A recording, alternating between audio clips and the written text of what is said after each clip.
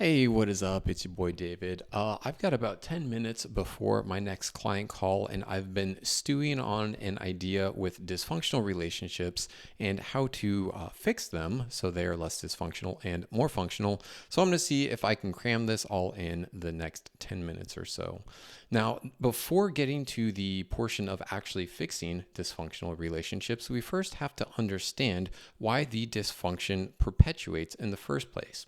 Now, what I mean is that the dysfunction, now whether it be a relationship between people or different things in a life, dysfunction means that something isn't working.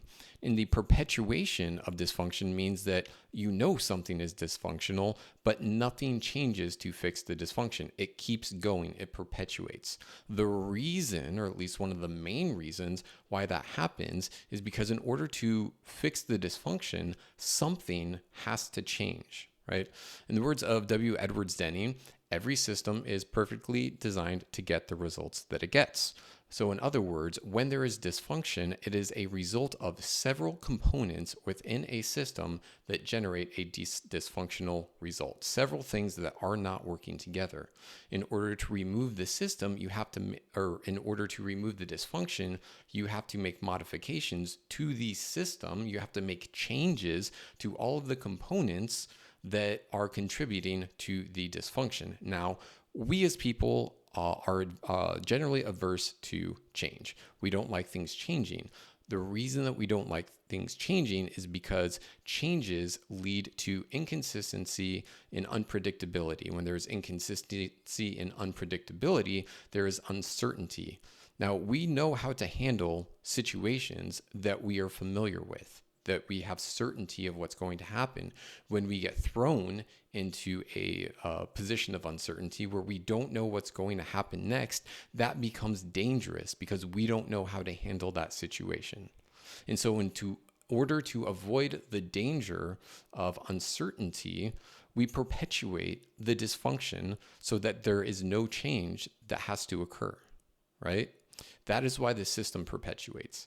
Now, in order to actually fix the dysfunction, we also have to understand system reliability. As I said before, all of the components in the system generating the dysfunction have their own contribution to the dysfunction and unfavorable outcomes that may be generated, especially within the context of relationships. Now, the thing to understand with system reliability is that every component contributes to the dysfunction. So if we look at a relationship, I'll talk about my own relationship with my parents, because this is an area that I've applied this to for many years. I used to have a very explosive relationship with my parents. We would fight about a lot of things very frequently, right? And so there would be components of my mom making some remark that triggered me, or my dad making some remark, and then me reacting in a certain way because I didn't like the remark, and then someone else would come in and say another thing. And before you knew it, we had a whole blow up about something, right? There was some sort of eruption, some sort of fight, and then everybody walked away a little bit, pissy because we had this whole explosive argument, right?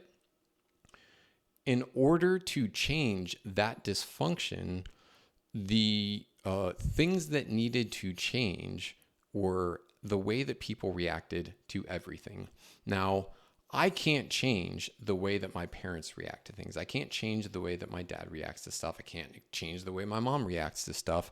I can change the way that I react to stuff, though. And so that is the single thing that the one change improves the outcome of a possibility, right? So let's look at this.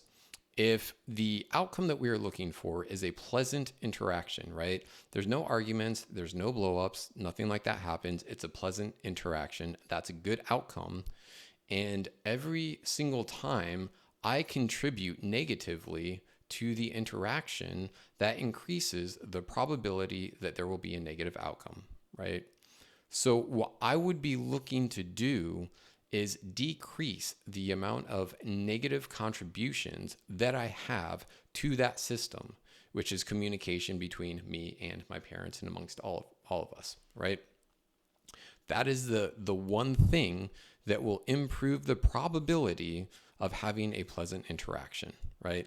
If 50% of the time, we'll say if 70% of the time my dad has a pleasant demeanor, 70% of the time my mom has a pleasant demeanor, and 50% of the time I have a pleasant demeanor, if I'm able to increase that from 50% to 70%, then all of a sudden there is a higher probability that we will have a pleasant interaction, simply because there's greater support from my side that will contribute to an outcome of this communication system, right?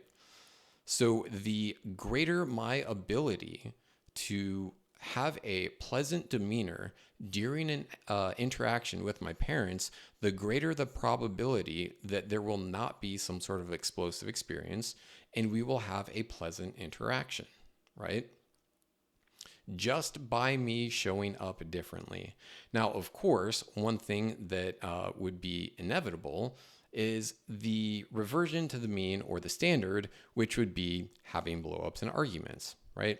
If typically I'm the reason, we'll just say that I'm the reason my response to any particular thing is the reason I'm like the lowest hanging fruit, where I'm the most unpleasant. We'll just say that if I were the most unpleasant, then it would stand to reason that if I just improve my demeanor, then the unpleasantness of interactions would go away, or the amount of unpleasant interactions would go away.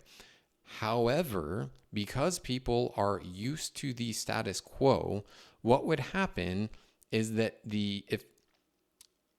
if the typical experience is 80% of the conversations, or let's flip it, we'll say 20% of the interactions that I have with my parents are explosive.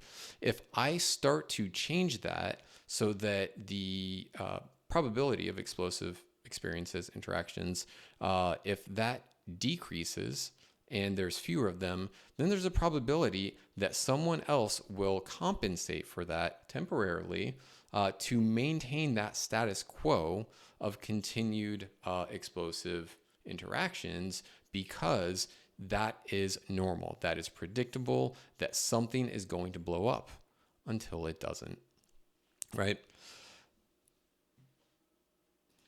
So when it comes to actually resolving dysfunction within a system, in this case, it's a relationship, a family system between me and my parents.